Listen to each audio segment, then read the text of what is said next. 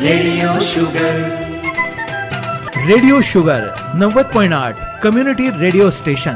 तुमच्या आमच्या नात्यातला गोडवा. Radio sugar. Radio sugar. Radio sugar 90.8 वरती सगळ्यांचं स्वागत. मंडळी, आज आहे डॉक्टर बाबासाहेब आंबेडकर यांची जयंती आणि या निमित्तानं त्यांच्याच विचारांचा वारसा जपणारे दिलीप वाघमारे सर, बाबरवस्तीच्या शाळेमध्ये ते सर आहेत आणि विविध उपक्रम ते करत असतात. तर त्यांचं हे मनोगत रेडिओ शुगर 90.8 वरून. अखंड विश्वाला शांततेचा परम संदेश देणारे तथागत सिद्धार्थ गौतम बुद्ध. शिव तुझे नाव ठेविले पवित्र, छत्रपती सूत्र विश्वाचे असं म्हणणारे, छत्रपती शिवरायांना शिकवण देणारे छत्रपती शिवरायांचे खरे गुरु संत तुकाराम महाराज. शेतकऱ्यांच्या मिरचीच्या देटालाही हात लावू नका, नाहीतर तुमचे हात कलम केले जातील, असं स्वतःच्या सैन्याला बजावून सांगणारे छत्रपती शिवाजी महाराज. ए संभा मर सकता है लेकिन कभी बेईमान नहीं हो सकता, असं म्हणत इंद्रायणीच्या काठावर मरणालाही निधड्या छातीने सामोरे जाणारे छत्रपती संभाजी महाराज. अज्ञानाच्या अंधकाराच्या चिखलात रुतून बसलेल्या तुम्हाला आम्हाला बाहेर काढून असा प्रकाश दाखवणारे राष्ट्रपिता ज्योतिराव फुले व क्रांतीज्योती सावित्रीबाई फुले. आरक्षणाचे हक्क देणारे आरक्षणाचे जनक करवीरचे राजे राजर्षी शाहू महाराज. पृथ्वी हे शेषाच्या मस्तकावर तरलेली नसून कष्टकरी कामकरी समाजाच्या तळहातावर बसलेली आहे, असा विज्ञानवादी सिद्धांत मांडणारे साहित्यरत्न अण्णाभाऊ साठे. नाचू कीर्तनाच्या दंगी ज्ञानदीप लाहू जंगी असं म्हणणारे संत नामदेव महाराज. समाज प्रबोधनासाठी पाही जगभ्रमती करणारे एकनाथ. वडिलाने मुलगा नाही शिकला तोही पापाचा भागीदार झाला, जैसे जन्म देणे अगत्याचे तैसेही शिक्षण देणं अगत्याचे असं म्हणणारे राष्ट्रसंत गाडगे महाराज.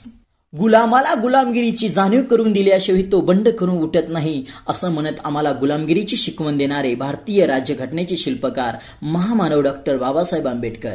या सर्व महापुरुषांना, त्यांच्या विचारांना आणि त्यांच्या कार्याला मी दिलीप मारुती वाघमारे जत प्रथमतः अभिवादन करतोय. आज डॉक्टर बाबासाहेब जयंती निमित्त रेडिओ शुगर 90.8 मध्ये आज बाबासाहेबांविषयी माझे विचार व्यक्त करणार आहे तुमच्या समोर. भारतरत्न डॉक्टर बाबासाहेब आंबेडकर हे भारतातील सामाजिक चळवळीचे सर्वश्रेष्ठ नायक आहेत. भारतातीलच नव्हे तर वैश्विक संदर्भातही बाबासाहेबांचे मानवमुक्तीचे कार्य संपूर्ण जगातील सामाजिक चळवळीसाठी कायम मार्गदर्शक आणि प्रेरणादायी राहील, यात शंका नाही. डॉक्टर बाबासाहेब आंबेडकरांच्या विश्वनायक पदापर्यंतच्या प्रवासाला मूलाधार जर कोणता असेल तर तो आहे त्यांचे शिक्षण.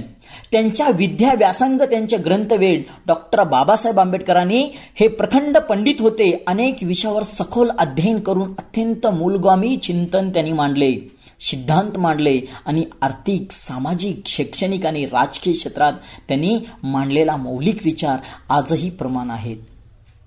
पिढ्यानपिढ्या शिक्षणापासून वंचित राहिलेला समाज, अविद्येच्या गर्तेत सापडलेला समाज ह्या दुष्टचक्रामुळे संवेदना हरवून बसला होता.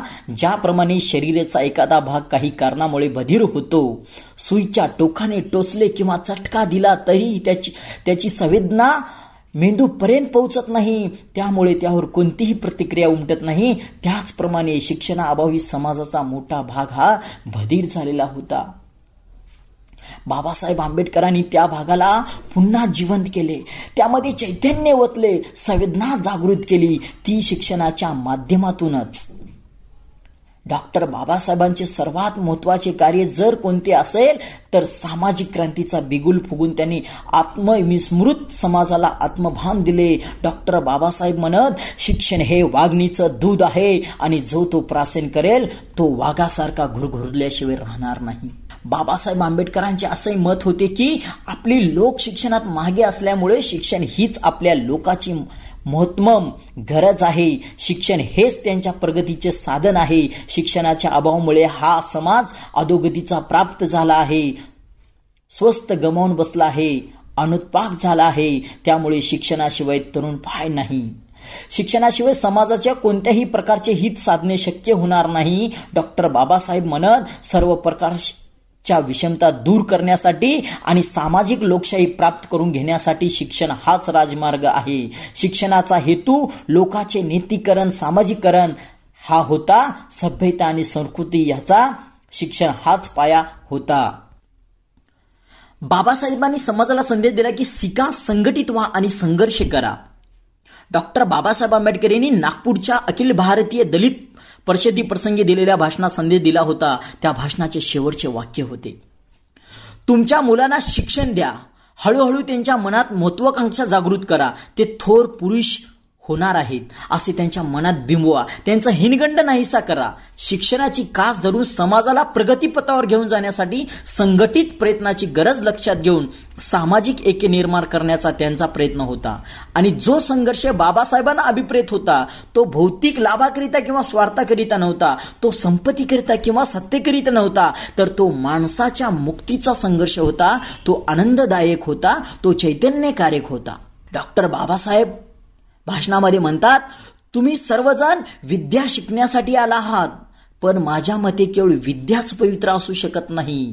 विद्येबरोबर भगवान बुद्धांनी सांगितलेली प्रज्ञा म्हणजे शहाणपण, शील म्हणजे सदाचार, संपन्न असे आचरण, करुणा म्हणजे सर्व मानव जाती संबंधी प्रेमभाव आणि मैत्री म्हणजे सर्व प्राणी मात्राविषयी आत्मीयता, ह्या 4 पारमिता असल्याच पाहिजे तर विद्येचा काही उपयोग आहे.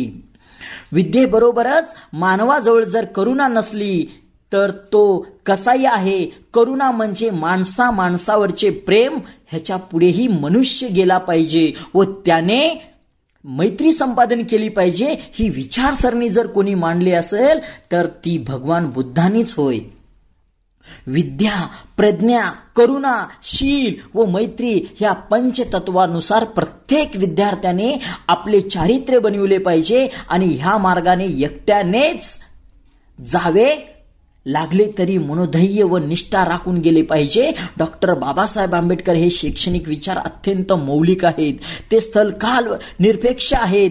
आजही ते तेवढे चिंतनीय आणि अनुकरणीय व प्रेरणादायी आहेत. विश्वरत्न डॉक्टर बाबासाहेब आंबेडकर यांच्या जयंतीच्या निमित्ताने महामानवास विनम्र अभिवादन. मी दिलीप वाघमारे, जिल्हा परिषद प्राथमिक मराठी शाळा बाबरवस्ती, पांडोझरी, तालुका जत, जिल्हा सांगली. रेडिओ शुगर 90.8 वरती दिलीप वाघमारे सरांचं मनोगत आपण ऐकलं.